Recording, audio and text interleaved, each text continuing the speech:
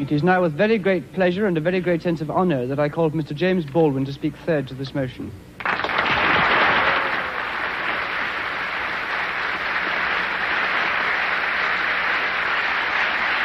Now we have Mr. James Baldwin, the star of the evening, who has been sitting, listening attentively, and getting a wonderful reception here in the Cambridge Union. Tremendous enthusiasm from all sides of the House for Mr. Baldwin, who has been listening to the arguments. Now will bring the voice of actual experience to the debate. Good evening. I find myself, not for the first time, in the position of a kind of Jeremiah. For example, I don't disagree with Mr. Burford that the inequality suffered by the American Negro population of the United States has hindered the American dream. Indeed, it has. I quarrel with some other things he has to say. The other, deeper element of a certain awkwardness I feel has to do with one's point of view. I have to put it that way. One's sense, one's system of reality. It would seem to me that the proposition before the House, when I put it that way, is the American dream at the expense of the American Negro, or the American dream is at the expense of the American Negro, is a question hideously loaded, and that one's response to that question, or one's reaction to that question, has to depend on an effect on where you find yourself in the world, what your sense of reality is, what your system of reality is. That is, it depends on assumptions which we hold so deeply as to be scarcely aware of them. A white South African, or a Mississippi sharecropper, or a Mississippi sheriff, or a Frenchman driven out of Algeria, all have, at bottom, a system of reality which compels them to, for example, in the case of the French exile from Algeria, to defend French reasons for having ruled Algeria. The Mississippi or the Alabama sheriff, who really does believe when he's facing a Negro boy or girl, that this woman, this man, this child, must be insane to attack the system to which he owes his entire identity. Of course, for such a person, the proposition of which we're trying to discuss here tonight does not exist. And on the other hand, I have to speak as one of the people who've been most attacked by what we must now here call the Western or the European system of reality. What white people in the world, because the doctrine of white supremacy, I hate to say it here, comes from Europe. That's how it got to America. Beneath then, whatever one's reaction to this proposition is, has to be the question of whether or not civilizations can be considered as such equal, or whether one civilization has the right to overtake and subjugate and in fact to destroy another. Now what happens when that happens? Leaving aside all the physical facts which one can quote, leaving aside rape or murder, leaving aside the bloody catalog of oppression, which we are in one way too familiar with already, what this does to the subjugated, the most private, the most serious thing this does to the subjugated, is to destroy his sense of reality. It destroys, for example, his father's authority over him. His father can no longer tell him anything because the past has disappeared, and his father has no power in the world. This means, in the case of an American Negro, born in that glittering republic, and in the moment you are born, since you don't know any better, every stick and stone and every face is white, and since you have not yet seen a mirror, you suppose that you are too. It comes as a great shock around the age of 5 or 6 or 7 to discover that the flag to which you have pledged allegiance, along with everybody else, has not pledged allegiance to you, It comes as a great shock to discover that Gary Cooper killing off the Indians when you were rooting for Gary Cooper, that the Indians were you. It comes as a great shock to discover that the country, which is your birthplace, and to which you owe your life and your identity, has not in its whole system of reality evolved any place for you. The disaffection, the demoralization, and the gap between one person and another, only on the basis of the color of their skins, begins there and accelerates throughout a whole lifetime, so that presently you realize you're 30 and are having a terrible time managing to trust your countrymen. By the time you are 30, you have been through a certain kind of mill. And the most serious effect of the mill you've been through is, again, not the catalog of disaster. The policemen, the taxi drivers, the waiters, the landlady, the landlord, the banks, the insurance companies, the millions of details, 24 hours of every day, which spell out to you that you are a worthless human being. It is not that.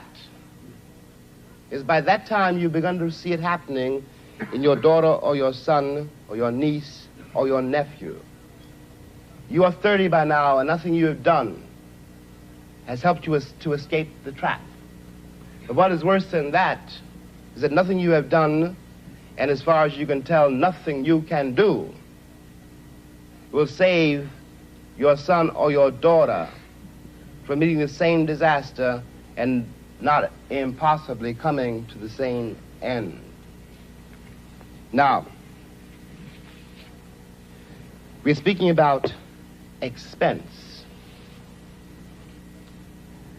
I suppose there are several ways to address oneself to some attempt to define what that word means here.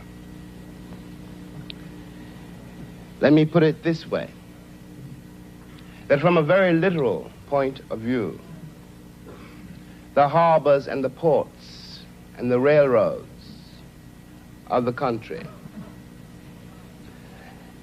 the economy, especially of the southern states, could not conceivably be what it has become if they had not had, and do not still have indeed, and for so long, so many generations, cheap labor. I am stating very seriously, and this is not an overstatement, that I picked the cotton, and I carried it to market, and I built the railroads under someone else's whip for nothing. For nothing. The Southern oligarchy, which has until today so much power in Washington, and therefore some power in the world, was created by my labor and my sweat, and the violation of my women and the murder of my children. This, in the land of the free and the home of the brave. And no one can challenge that statement. It is a matter of historical record. In another way, this dream, and we'll get to the dream in a moment, is at the expense of the American Negro. You watch this in the Deep South in great relief, but not only in the Deep South. In the Deep South, you are dealing with a sheriff or a landlord or a landlady or the girl at the Western Union desk. And she doesn't know quite who she's dealing with, by which I mean that if you're not part of the town, and if you are a northern nigger, it shows in millions of ways. So she simply knows that it's an unknown quantity, and she wants to have nothing to do with it. So she won't talk to you. You have to wait for a while to get your telegram. Okay, we all know this. We've been through it. And by the time you get to be a man, it's very easy to deal with. But what is happening in the poor woman, the poor man's mind, is this. They've been raised to believe, and by now they helplessly believe, that no matter how terrible their lives may be, and their lives have been quite terrible, and no matter how far they fall, no matter what disaster overtakes them, they have one enormous knowledge and consolation, which is like a heavenly revelation. At least they are not black. Now I suggest that of all the terrible things that can happen to a human being, that is one of the worst. I suggest that what has happened to white Southerners is in some ways, after all, much worse than what has happened to Negroes there. Because Sheriff Clark in Selma, Alabama, cannot be considered, no one can be dismissed as a total monster. I'm sure he loves his wife, his children. I'm sure that, he likes to get drunk. He's, after all, one's got to assume, and he is visibly a man like me.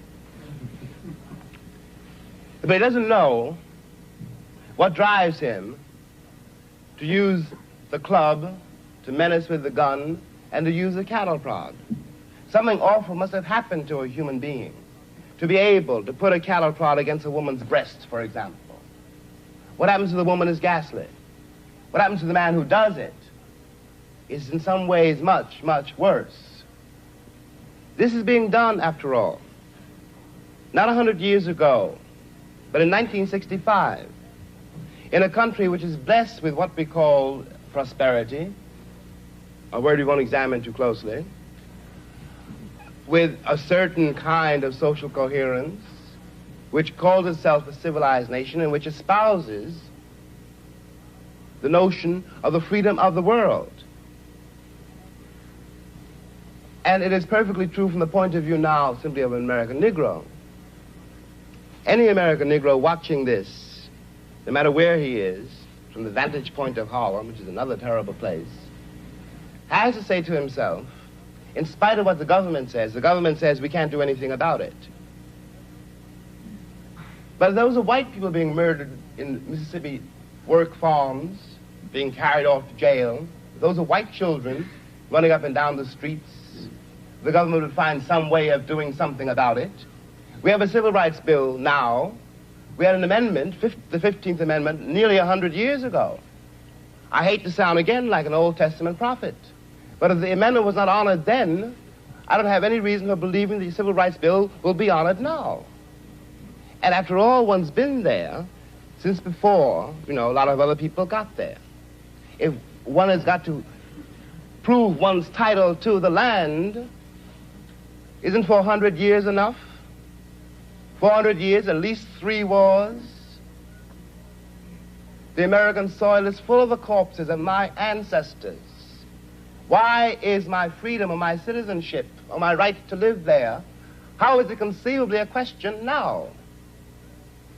And I suggest further that in the same way, the moral life of Alabama sheriffs and poor Alabama ladies, white ladies, their moral lives have been destroyed by the plague called color, that the American sense of reality has been corrupted by it.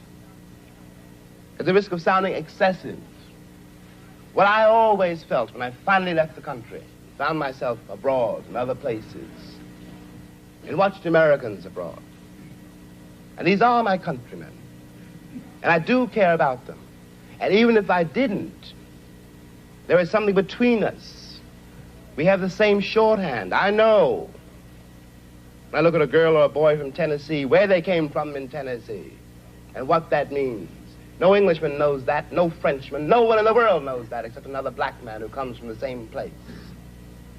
One watches these lonely people denying the only kin they have. We talk about integration in America as though it was some great new conundrum. The problem in America is that we've been integrated for a very long time. Put me next to any African, and you will see what I mean. And my grandmother was not a rapist. What we are not facing is the results of what we've done. What one begs the American people to do for all our sakes is simply to accept our history. I was there not only as a slave, but also as a concubine. One knows the power, after all, which can be used against another person if you've got absolute power over that person. It seemed to me when I watched Americans in Europe that what they didn't know about Europeans was what they didn't know about me. They weren't trying, for example, to be nasty to the French girl or rude to the French waiter. They didn't know they hurt their feelings. They didn't have any sense that this particular woman, this particular man, though they spoke another language and had different manners and ways, was a human being. And they walked over them with the same kind of bland ignorance, condescension, charming and cheerful, with which they'd always patted me on the head and called me shine, and were upset when I was upset. What is relevant about this is that whereas 40 years ago when I was born, the question of having to deal with what is unspoken by the subjugated, what is never said to the master, of having to deal with this reality was a very remote possibility. It was in no one's mind. When I was growing up, I was taught in American history books that Africa had no history, and neither did I. That I was a savage, about whom the less said the better, who had been saved by Europe and brought to America. And of course, I believed it. I didn't have much choice. Those are the only books there were. Everyone else seemed to agree. If you walk out of Harlem, ride out of Harlem, downtown, the world agrees. What you see is much bigger, cleaner, whiter, richer, safer than where you are. They collect the garbage. People obviously can pay their life insurance. The children look happy, safe. You're not. And you go back home. And it would seem then, of course, that it's an act of God, that this is true, that you belong where white people have put you. It is only since the Second World War that there's been a counter-image in the world. And that image not come about through any legislation on the part of any American government, but through the fact that Africa was suddenly on the stage of the world, and Africans had to be dealt with in a way they'd never been dealt with before. This gave an American Negro for the first time a sense of himself beyond a savage or a clown. It has created, and will create, a great many conundrums. One of the great things that the white world does not know, but I think I do know, is that black people are just like everybody else. One has used the myth of Negro and the myth of color to pretend and to assume that you are dealing essentially with something exotic, bizarre, and practically, according to human laws, unknown. Alas, that is not true. We are also mercenaries, dictators, murderers, liars.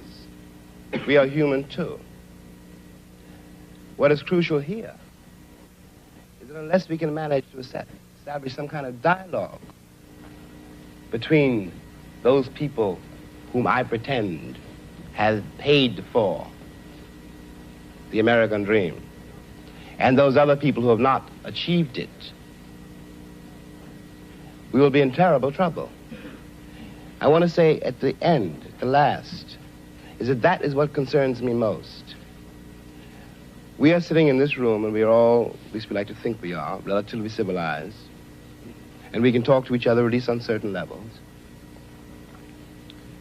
so that we could walk out of here assuming that the measure of our enlightenment, or at least our politeness, has some effect on the world. It may not. I remember, for example, when the ex-Attorney General, Mr. Robert Kennedy, said that it was conceivable that in 40 years in America we might have a Negro president. And that sounded like a very emancipated statement, I suppose, to white people. They were not in Harlem when this statement was first heard, and did not hear, and possibly will never hear, the laughter and the bitterness and the scorn with which the statement was greeted. From the point of view of the man in the Harlem barbershop, Bobby Kennedy only got here yesterday. And now he's already on his way to the presidency. We've been here for 400 years, and now he tells us that maybe in 40 years, if you're good, we may let you become president. What is dangerous here is the turning away from anything any white American says. The reason for the political hesitation, in spite of the Johnson landslide, is the one that's been betrayed by American politicians for so long. And I'm a grown man, and perhaps I can be reasoned with. I certainly hope I can be. But I don't know, and neither does Martin Luther King, none of us know how to deal with those other people whom the white world has so long ignored, who don't believe anything the white world says and don't entirely believe anything I or Martin say. And one can't blame them. You watch what has happened to them in less than 20 years.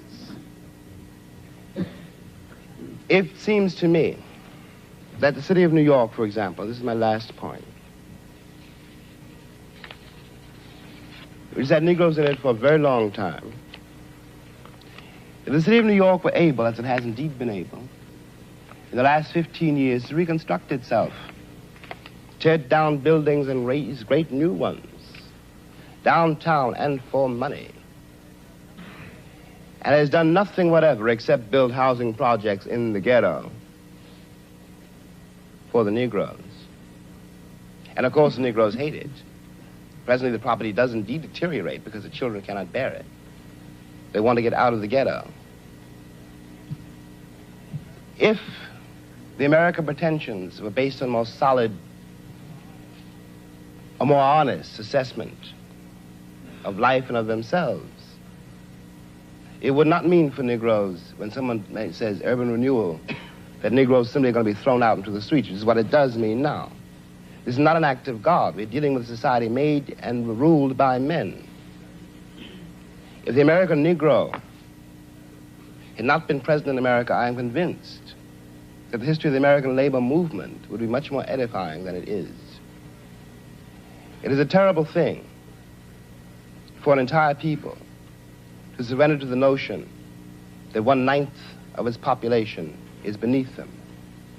And until that moment, until the moment comes when we, the American people, are able to accept the fact that I have to accept, for example, that my ancestors are both white and black, that on that continent we are trying to forge a new identity for which we need each other, and that I am not a ward of America. I am not an object of missionary charity. I am one of the people who built the country. Until this moment, there is scarcely any hope for the American dream, because the people who are denied participation in it, by their very presence, will wreck it. And if that happens, it's a very grave moment for the West. Thank you.